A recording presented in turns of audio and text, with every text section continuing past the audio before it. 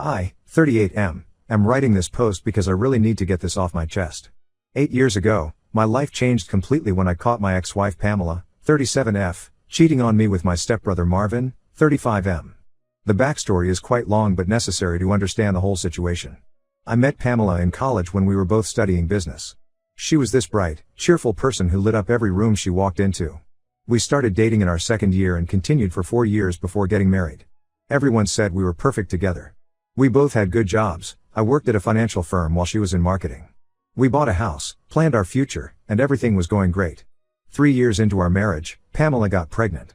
We were overjoyed as we had been trying for a while. However, the pregnancy turned out to be extremely difficult. She developed severe complications and had to be hospitalized multiple times. Her doctor put her on bed rest for the last 3 months. I took care of everything during this time, the house, her needs, everything. It was tough but I managed because I loved her. Our son James was born through an emergency C-section. The delivery was complicated and Pamela lost a lot of blood. She had to stay in the hospital for 2 weeks after delivery. Even after coming home, she was extremely weak. The doctors said she needed complete rest and constant care. She could barely get out of bed, let alone take care of James. I was struggling to manage everything. I had taken all my leave during her pregnancy complications, so I had to return to work. We couldn't afford for me to quit as my salary covered our mortgage and now the massive hospital bills. I approached my supervisor about working from home, but he flatly refused. He said the company policy didn't allow it and that it would affect my upcoming promotion. I was stuck between taking care of my wife and newborn son, and maintaining my job. That's when I thought about asking my stepbrother Marvin for help. My dad had married his mom Darla when I was 12 and Marvin was 9. Despite the initial awkwardness, we grew close over the years. We went to the same high school and college, though he was always more interested in partying than studying. He had recently quit his job at a retail store and was living with our parents while looking for better opportunities. When I asked Marvin to help out, he agreed immediately. He said he had plenty of free time and would be happy to help his brother out. I was relieved. The plan was for him to be at our house during the day to help Pamela with basic tasks and keep an eye on James while I was at work. The arrangement worked well initially. Pamela started getting better with proper care. James was doing well too. Marvin would text me updates throughout the day, and everything seemed fine. After a few weeks, I noticed that even though Pamela was getting stronger, she kept insisting that Marvin should continue helping out. She said she still felt weak and needed support. I didn't think much of it then, I was just grateful for the help. Sometimes when I came home, I would find them laughing and talking in the living room. Once I found them watching a movie together while James slept. It made me a bit uncomfortable, but I pushed those feelings aside. After all, they were family. I trusted them both completely. One day, about 3 months into this arrangement, I came home early because I had a terrible migraine. When I entered the house, I heard James crying. I found him alone in his crib, his diaper soaked. I called out for Pamela and Marvin but got no response. When I went upstairs to our bedroom, I heard noises behind the closed door. I opened it to find them in bed together. I still remember standing there, frozen, while they scrambled to cover themselves. Pamela started crying and saying it wasn't what it looked like.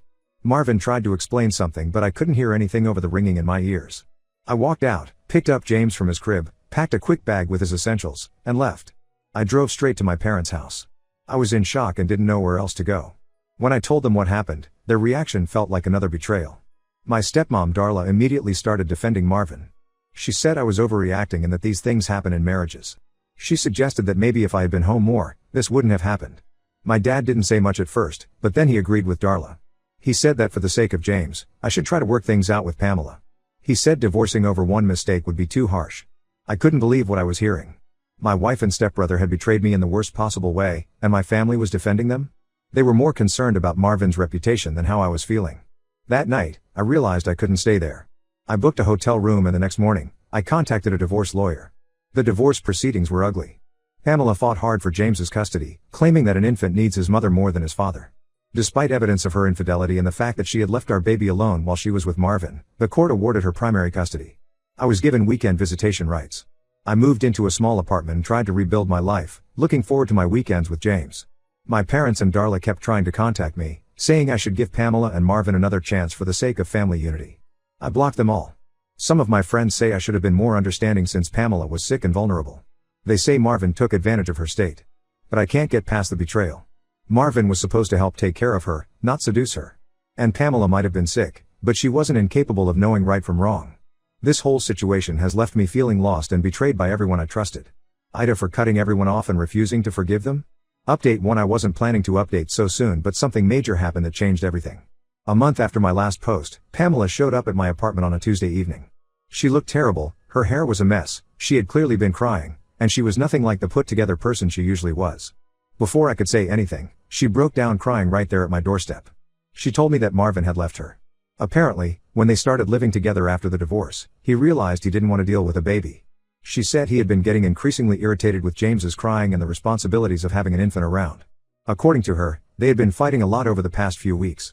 She was still recovering from her health issues and needed help with James, but Marvin would stay out late with his friends instead of helping. The final straw came when James got sick and had to be taken to the emergency room. Marvin refused to go with them, saying he had plans with his friends. He moved out the next day, saying he never signed up to be a father. I stood there listening to all this, feeling a mix of anger and satisfaction. She had fought so hard for custody just weeks ago, claiming she was the better parent. She had made me look like a terrible father in court. And now here she was, telling me she couldn't handle it. She told me she realized she had made a huge mistake. She wasn't ready to be a mother, especially not a single mother. She still got tired easily due to her health issues, and James was a very active baby who needed constant attention. She had already packed all of James's things in her car and wanted me to take him. At first, I thought she was just having a moment and would change her mind later. But she was serious. She had already written a letter stating she was voluntarily giving up custody. She said she had spoken to her lawyer about making it official. I called my lawyer immediately. He came over within an hour and started working on the paperwork. Pamela agreed to give me full custody with no visitation rights for herself. She signed everything without argument. The whole thing happened so fast that I'm still trying to process it. The first few nights with James were tough. He would cry a lot, probably confused about the change in environment.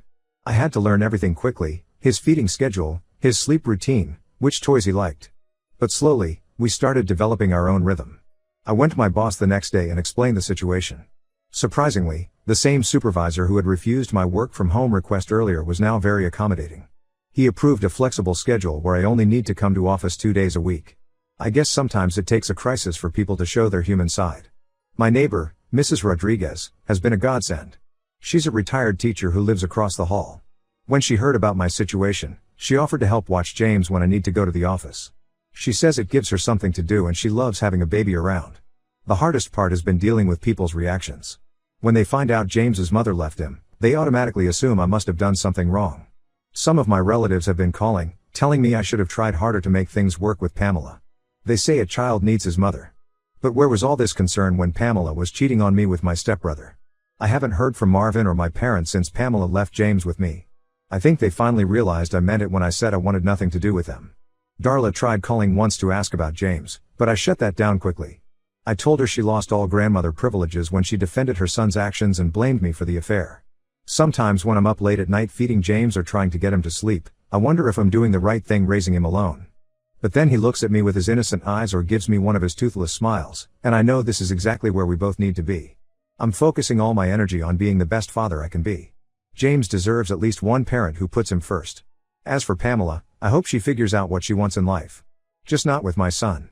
She made her choice when she chose my stepbrother over her family, and again when she decided being a mother was too hard.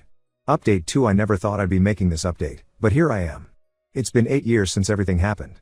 James is 8 now and doing amazing in 3rd grade. He's smart, happy, and incredibly well adjusted. He plays baseball, loves video games, and has lots of friends. We have a great life together, just the two of us, and I couldn't be prouder of the little man he's becoming. Last week, out of nowhere, Pamela contacted me through email.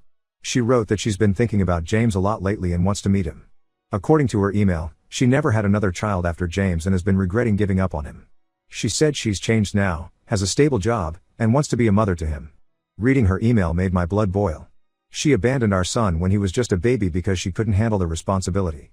She didn't want to deal with the sleepless nights, the constant worry, the doctor visits, or any of the hard parts of parenting. Now that all the difficult years are behind us, she wants to waltz back into his life? For 8 years, there was absolutely nothing from her. No birthday cards, no Christmas presents, not even a single phone call to ask how he was doing. She missed his first words, his first steps, his first day of school, every single milestone in his life. And now she thinks she can just come back because she's ready? She sent another email yesterday. This time her tone was different.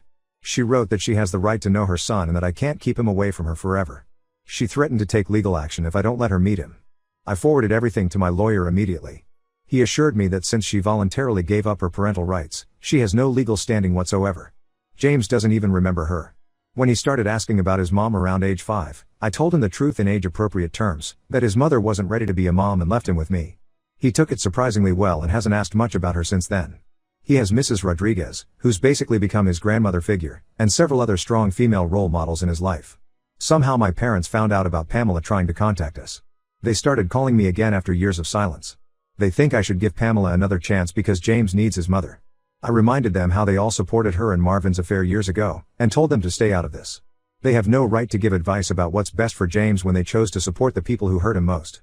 I learned through mutual friends that Marvin got married 3 years ago and has 2 kids now. My parents and Darla dote on his children, posting pictures with them on social media and hosting birthday parties. Meanwhile, they haven't even tried to be there for James all these years. The hypocrisy is astounding. James has a great life. He's thriving in school, has plenty of friends, and is involved in several activities. He's never lacked for love or support. I've made sure he has everything he needs, including therapy when he was younger to help him process his feelings about his mother's absence.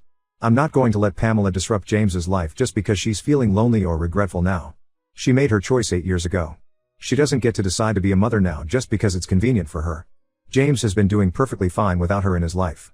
One thing this experience has taught me is that being a single parent is hard, but it's not impossible. Yes, there were times when I struggled, times when I wished I had someone to share the load. But we made it through, and James has grown into an amazing kid despite, or maybe because of, everything that happened.